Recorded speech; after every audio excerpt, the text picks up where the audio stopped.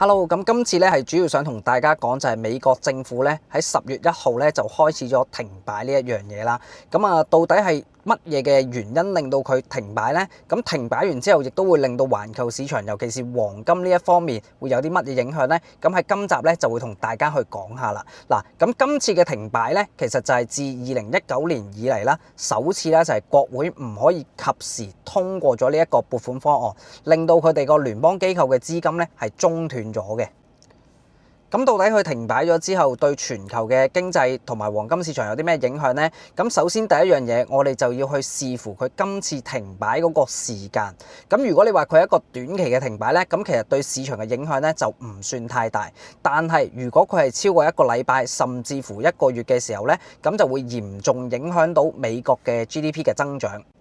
咁其實國會咧通過一個議案咧，其實大部分嘅時間都係通過一個投票嘅機制。咁佢哋投票呢一個機制咧有5個步驟嘅。咁第一個步驟咧就係草擬一個預算嘅方案啦。第二個步驟就係俾眾議院審議同埋做一個投票嘅決定啦。第三個步驟就到參議院啦。OK， 咁去到第4個步驟咧就會協同一個差異，即係譬如參眾兩院咁佢哋嘅意見唔一致嘅時候咧，咁佢哋亦都會開一個會議委員會咧，咁去協調翻大家唔啱嘅地方，咁然之後有一個統一嘅版本之後咧，就會最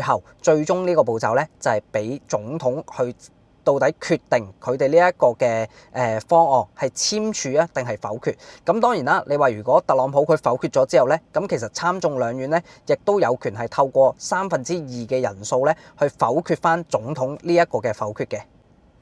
到底今次咧，其實點解佢哋會過唔到呢？咁其實最主要咧就係政治分歧。咁因為共和黨同埋民主黨咧呢兩黨咧喺呢一個國防啦同埋呢一個社會福利上面嘅支出咧上面有一啲爭拗，咁導致到參議院喺投票嘅時候咧就完成唔到。咁正常佢哋要喺9月30號之前就係完成到呢一個嘅決議，咁但係拖到去10月1號咧，所以就導致到今次嘅停擺啦。咁歷史上咧其實都有出現過類似嘅事件啦。OK， 咁停擺嘅時間咧，亦都係幾日至到去幾個星期左右嘅啫。咁其實佢哋本身咧，亦都有傾過另一啲方案啦，例如一啲臨時撥款嘅決議啦，咁可以延長一啲資金嘅發放啦。咁但係今次亦都係因為呢一個談判破裂咧，所以咧係冇通過呢個臨時撥款嘅。其實今次美國政府停擺咧，會帶嚟好多層面嘅衝擊啦。咁先同大家去講一講美國內部嘅經濟損失先啦。OK， 咁佢哋停擺咗之後，亦都代表咗一啲政府嘅員工啦，係要被迫放假啦，因為冇人工出啊嘛。咁變相咧，亦都會有好多嘅國家機構啦，例如一啲國家公園啊，一啲援助計劃啊，同埋一啲房屋補貼計劃，所有嘅支出都會係中斷咗。咁導致到就係大部分人咧，都係會停咗收入，好自然就會停埋個支出啦。OK， 咁預計其實每個星期咧係會對美國咧嗰個 GDP 咧係損失大概70至到150億嘅。咁其實咧牛津經濟研究院亦都估計啦，就係每停擺1個星期啦，就會令到美國嘅 GDP 下降0.1至到0.2%嘅。咁頭先嗰個咧就係美國嘅直接影響啦，咁一啲間接嘅影響，例如一啲供應鏈受阻啊、企業投資同埋信心嘅下跌啦，咁數據嘅缺失啊，咁亦都會令到譬如今晚好似嘅非農亦都唔會公布，令到市場咧嗰個不確定性咧係放大咗。咁一啲長期嘅風險啦，就係債務上限嘅問題咧，可能加劇咗呢一個經濟嘅放緩啊。如果美國繼續因為停擺同埋債務上限呢一方面咧個談判喺度糾纏嘅話咧，咁其實咧係好容易引起美國呢一個債務違約嘅恐慌嘅，咁到時就會推高咗全球呢一個借貸成本啦，削弱咗美元嘅霸權嘅地位啦。OK， 亦都會係令到有機會咧美國嘅信貸評級咧係會降低嘅。咁所以其實如果美國政府今次嘅停擺係一個好短時間咧，咁其實對成個環球經濟嘅影響咧係非常之細嘅。咁所以其實只要佢哋嘅國會咧係盡快通過呢一個臨時撥款嘅時候咧，咁就會令到個情況咧係可以受到控制啦。咁嚟緊有一個重要日子就係10月10號，咁大家一定要留意住，因為其實呢一個咧就係佢哋對於今次呢一件事上面一個談判嘅轉捩點啊。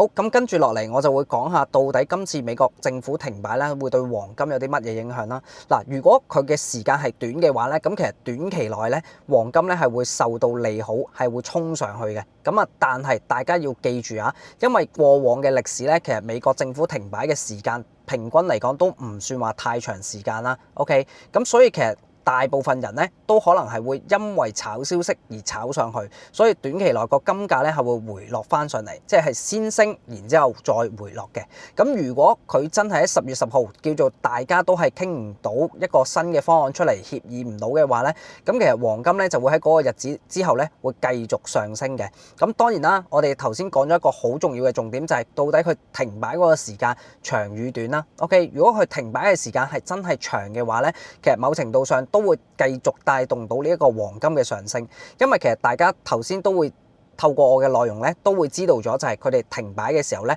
係會影響到個 GDP。OK， 咁影響到個 GDP，簡單啲嚟講就係直接影響到個經濟啦。咁亦都會加劇咗咧，就係美國啦，可能想繼續去推動翻個經濟咧，就會加劇咗呢一個減息嘅步伐啊。即係某程度上呢一件事係會令到美國係會更加想快啲去減息，sorry 頭先講錯咗，係減息嘅步伐，唔係加息嘅步伐啦。OK， 咁所以對黃金嚟講咧，我相信呢一件事咧係絕對係利好嘅。但係大家要留意一點就係，當呢一個消息一完咗嘅時候，即係佢哋嘅國會通過咗一啲撥款去解決咗呢一件事嘅時候咧，市場亦都會回吐得好快，所以唔好盲目咁樣去高追，要適當地留意市場嘅資訊，適當地離場。